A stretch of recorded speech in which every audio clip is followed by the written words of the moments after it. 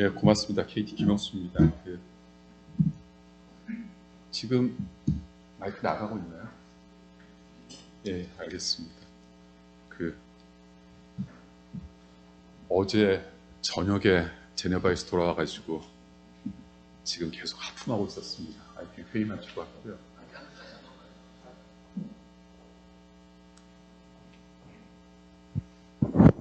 예, 이제 좀 나은 것 같네요. 예, 고맙습니다. 양자 통신 표준화 그리고 KT 구현 사례를 주제로 어떤 상용으로 갔을 때, 산업으로 갔을 때 저비용으로 대량 생산할 수 있는 어떤 규격을 제공한다라는 게 가장 큰 측면이고요. 그리고 통신 같은 경우에 특히 통신은 상호 운용, 그러니까 프로토콜을 통해서 서로 간에 통신을 해야 되기 때문에 역시 표준이 꼭 필요한 기술입니다.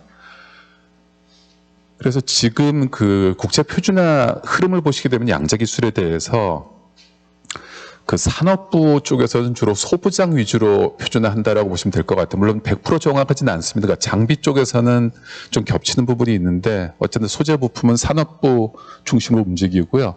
그게 네트워크가 되고 서비스로 갔을 때는 과기정통부 위주로 움직인다 이렇게 좀 될 것 같아요. 근데 장비는 조금 겹치는 부분이 있기는 합니다. 그래서 오늘 제가 이제 설명드릴 내용은 주로 ITU 중심으로 설명을 드리게 됐고요. 오늘 행사도 저희 과기정통부 중심으로 준비된 걸로 알고 있습니다. 근데 이제 가장 큰 가치는 저희가 이미 2018년에 세계 최초의 ITU 표준화, 양자 통신 표준화 과제를 제안을 해서 승인을 받았고 그 과제가 2019년에 이제 세계 최초 ITU 표준으로 승인이 완료가 됐습니다. 그래서 현재 보시면은 한 40개 이상의 표준이 양자 통신에 대한 표준이 진행되고 있는데요. 그 중에 한국 그리고 KT가 가장 많은 표준을 만들었고 표준을 개발하고 있다라는 게 이제 오늘 발표의 이제 주제가 될 것 같은데요. 그냥 제일 먼저 했다라는 것만 의미가 있는 게 아니고 지금 보시면은 2018년 7월에 양자키 분배 네트워크라는 타이틀로 표준화를 제안을 했습니다. 근데 그 이후에 양자키 분배 네트워크는 지금 와이다 3800 시리즈로 스타디오 13에서 진행이 되고 있고요. 한 30개, 40개 정도가 개발이 되고 있습니다. 근데 양자키 분배 네트워크라는 거를 표준화하기 시작하다 보니까 아까 얘기 드렸듯이 인터퍼러블한 인터페이스 그리고 프로토콜이 필요합니다. 그래서 그 부분은 스타디오 11에서 양자키 분배 네트워크의 인터페이스 프로토콜 기술 개발을 하고 있고요. 그리고 그렇게 만들어지고 있는 양자키 분배 네트워크가 과연 보안성을 담보할 수 있느냐에 대한 부분들은 스타디그룹 7에서 X.1700 시리즈로 표준이 개발이 되고 있습니다. 그래서 스타디그룹 13에서 양자키 분배 네트워크라는 새로운 표준화 주제를 던진 그 이후로 양자키 분배 네트워크에 대한 표준화가 물론 지금은 엣지에서도 개발을 시작을 했고요. 이제 쭉 활성화되고 있는 상황입니다. 근데 저기에서만 끝난 게 아니고 앞에 오윤재 PM님이나 권대성 위원님께서 발표해 줄 때 보시면 양자 통신뿐만 아니라 양자 센서와 양자 컴퓨터가 있습니다. 그래서 그런 부분들에 대해서도 ITU에서 한번 표준화를 한번 해보자라는 의미로 2019년 9월에 포커스 그룹 QIT4N 퀀텀 인포메이션 테크놀로지 4 네트워크 이제 저희가 설립을 제안을 해서 한 2년 동안 포커스 그룹이 운영이 됐습니다. 근데 포커스 그룹은 스타디 그룹과 달리 이제 임시 조직이거든요. 그래서 한 2년 정도 한 두세 달마다 회의를 계속해서 9개의 결과물을 냈습니다. 그래서 딜리버러블이라 그러는데요. 저거는 사실은 정식 표준은 아닙니다. ITU에. 근데 이제 저 딜리버러블들을 가지고 스타디 그룹들이 받아서 그 자료들을 표준화를 하거나 혹은 수정 작업을 통해서 다시 추가 개발을 하거나 하는 과정이고요. 그래서 그 작업도 저희가 진행을 했었고, 그리고 세 번째 2019년 10월을 보시게 되면은 양자키 분배 네트워크의 서비스 품질 표준 이제 처음 제안을 합니다. 이게 왜 중요하냐면은 여러분들 인터넷 쓰실 때 패킷 에러율 같은 거 관심 없으시죠? 그리고 UTP 케이블에 신호가 잘 나가는지 인터넷에 대해서 항상 평가하는 기준은 다운로드 속도고 업로드 속도입니다. 그러니까 QoS라는 거는 이제 그런 측면에 좀 다른 시각을 갖고 있는데 마찬가지로 저희가 QKD 네트워크에 대한 QoS 표준을 처음 시작하기 전까지는 양자 채널에서 양자 그 신호를 얼마나 잘 보내느냐가 기본적인 품질 평가 기준이었습니다. 근데 그게 아니라 양자 키 분배 네트워크의 가장 큰 가치는 양자 암호 키를 암호 장비에 보내주는 거거든요. 그래서 새로운 그 평가 파라미터가 필요하기 때문에 양자 그 키 분배 네트워크의 QoS 표준을 새로 이제 시작을 했고, 현재 QKDN QoS에 관련해서는 6개의 표준이 완성이 됐고, 아직 3개의 표준을 개발을 하고 있습니다. 그리고 2011년 7월에는 저희가 또 이제 QKDN 인터워킹이라는 또 새로운 주제를 제안을 했었는데요. 저건 뭐냐면은 예를 들어 한국에서 KT가 양자 암호 키 서비스를 제공을 하고 있고 SKT가 양자 키 암호 서비스를 제공하고 있을 때, 만약에 정부 입장에서는 2개 네트워크를, 2개 서비스를 같이 쓸 경우에는 2개 회사가 서로 기술을 인터워킹 해줘야 됩니다. 근데 지금은 그런 표준이 전혀 없었거든요. 그리고 만약에 일본 정부나 미국 정부하고 우리가 양자 암호 키 서비스를 서로 제공하기 위해서는 양 국가의 서비스 사업자들끼리 또 혹은 네트워크끼리 인터워킹을 해야 됩니다. 그 표준을 이제 새로 제안을 한 게 QKDN 인터워킹 표준의 제안이었고요. 현재 4개의 표준이 완성이 됐고 추가적으로 4개의 표준이 개발이 되고 있습니다. 여전히. 그리고 올해 초에 이제 저희가 이제 좀 새로운 그 표준 제안을 했는데요. QKD와 이제 PQC의 그 융합에 대한 부분입니다. 저게 왜 중요하냐면은 QKD를 지금 저희가 굉장한 기술 얘기를 하는 것처럼 보이시지만 가장 큰 약점은 대칭키 암호 시장에만 쓸 수 있는 기술입니다. 근데 대칭키 암호는 사실은 되게 좁은 시장이에요. 보안 시장에서도. 여러분들 쓰고 있는 공인인증서 그리고 아이디 패스워드 다 비대칭키입니다. 그 기술은. 그래서 그 기술에도 쓸 수 있도록 양자키 분배 네트워크를 확산하는 방식으로 표준을 이제 저희가 올해 3월에 제안을 했고요. 지금 지난주 금요일 막 승인을 받았습니다. 그래서 추가적으로 지금 3개 표준을 개발이 되고 있고요. 그래서 KT의 가장 큰 가치는 새로운 표준화 주제, 양자키 분배 네트워크라는 새로운 주제를 던지고 계속 그 표준화가 활성화되도록 중간중간에 새로운 영역을 계속 제안을 하고 이끌고 있다는 게 가장 큰 가치가 될 것 같아요. 근데 지금 쭉 얘기 드렸던 그게 무슨 좋은 얘기냐라는 얘기 몇 장에 좀 얘기를 드리려고 그러는데요. 그러니까 여기 보시게 되면은 저희 KT가 I2에서 양자키 분배 네트워크라는 표준을 시작을 하기 전에는 주로 유럽 표준화 기구에서 이런 모양으로 이제 표준을 만듭니다. 그래서 이거는 장비를 얼마나 잘 만들까에 대한 부분이거든요. 근데 저희가 제안을 한 거는 이 장비 한 쌍을 가지고 계속 모든 회선에 제공하는 게 아니라 차라리 저걸 네트워크 형태로 가져가자. 그럼 비용을 줄이고 운용 관리의 효율성을 가져가기 때문에 좀 유리하지 않겠냐라는 게 저희들의 제안이었고, 이제 그게 지금 양자키 분배 네트워크가 되고 있습니다. 그래서 그게 지금 와이다 3800이라는 이름으로 계속 개발이 되고 있고, 지금까지 완성된 표준이 총 한 20개가 완성이 되어 있고요. 지난주에 저희가 와이다 3821까지 승인이 됐습니다. 그래서 와이다 3800 시리즈가 이제 그 내용이고요.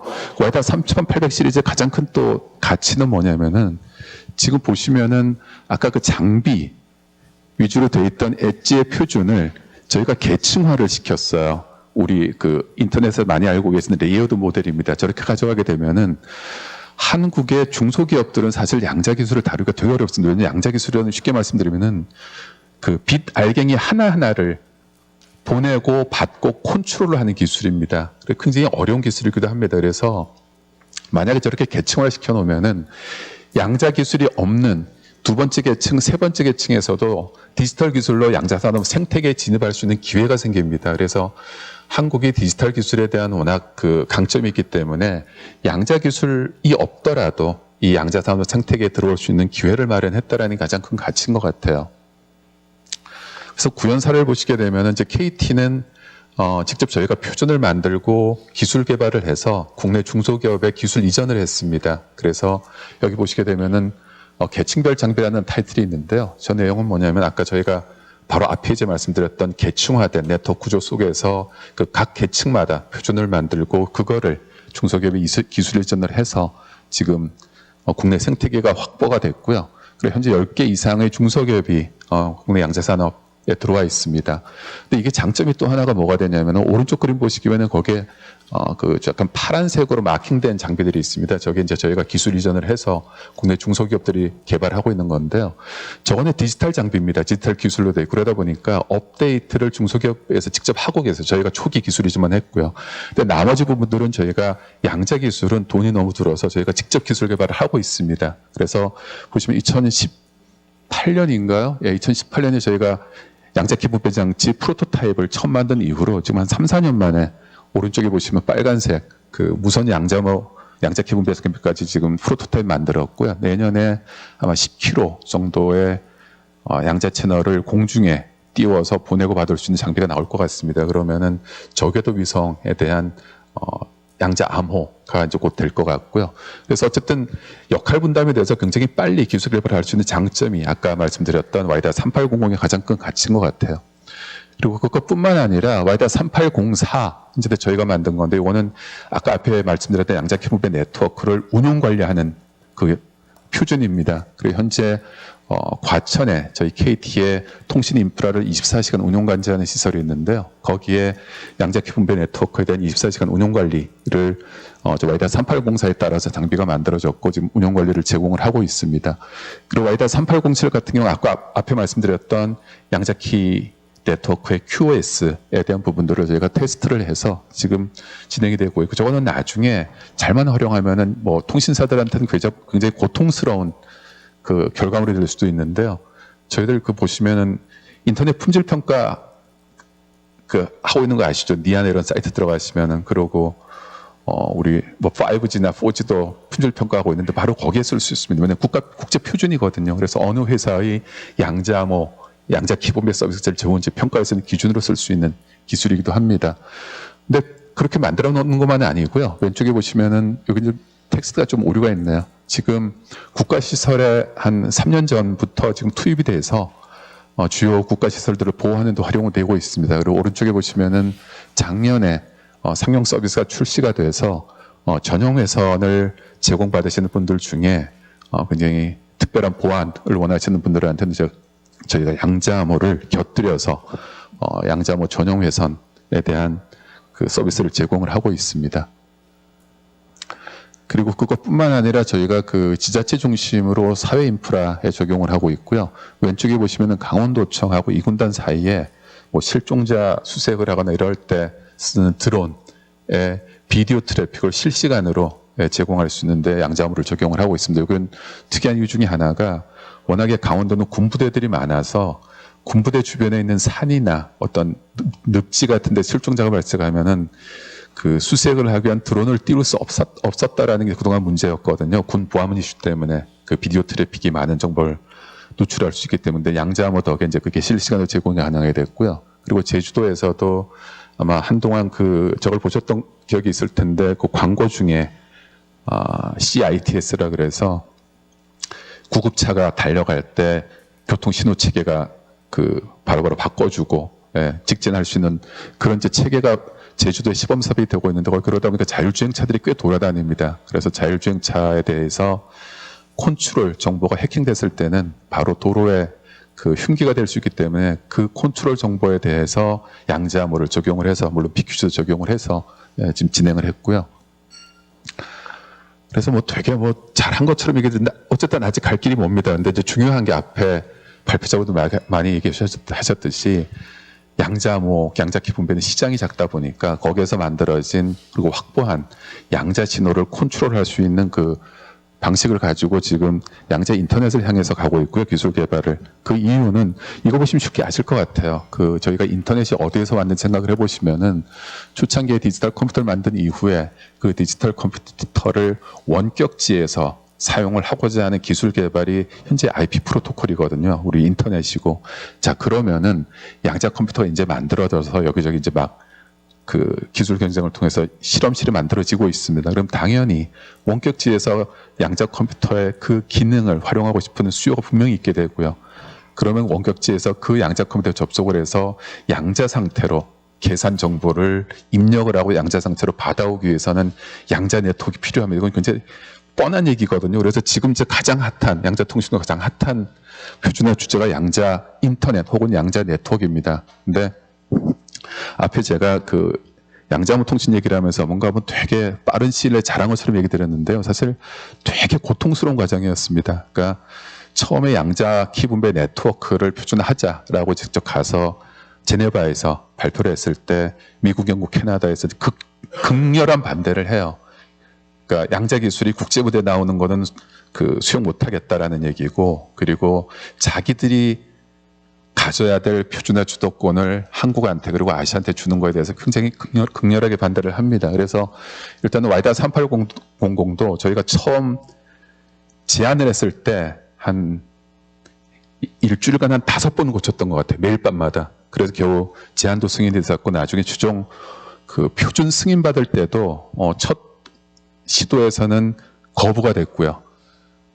미국, 영국, 캐나다의 반대였습니다. 근데 이제 그 다음 회의 4개월 뒤에 가서 주요 6개국 수석 대표들끼리 마쿠에 따로 회의를 해가지고 딱 조건 하나로 승인시켰습니다. 그게 뭐냐면은 저희가 제안했던 표준의 타이틀은 Framework of 양자목키 네트워크였는데요. 그 프레임워크라 그러면 너무 부담스럽다. 그 자기들 정부 입장에서는. 그래서 오버뷰로 바꿨습니다.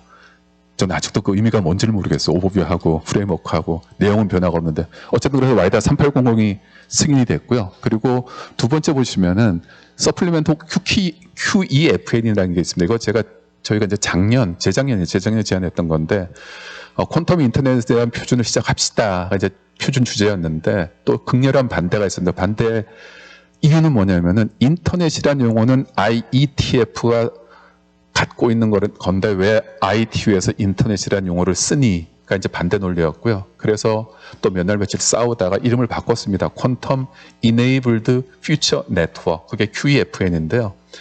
퀀텀 인터넷은 되게 직관적이잖아요. 무슨 표준인지. 근데 QEFN이라 그러면은 무슨 소리인지 잘 모릅니다. 아마 그게 미국, 영국, 캐나다 그들의 이제 전략이었던 것 같은데요. 근데 이제 나머지 오른쪽에 보시게 되면 그래서 이제 서플리멘트 QEF에는 또 올해 3월에 승인을 받았고요. 저거는 뭐냐면은 퀀텀 인터넷을 하기 위해서는 이런 기술들이 현재 진행이 돼 있으니까 이제 퀀텀 인터넷 표준화합시다가 이제 저 문서의 결론이었어요. 그래서 저 문서에 따라서 저희가 올해 7월에 와이닷 퀀텀 네트워크 오버뷰라는 이제 첫 표준을 제안을 했습니다. 당연히 안 되죠. 7월에 한 3, 4일 싸운 것 같아요. 그래서 결론을 올해 10월에 냅시다.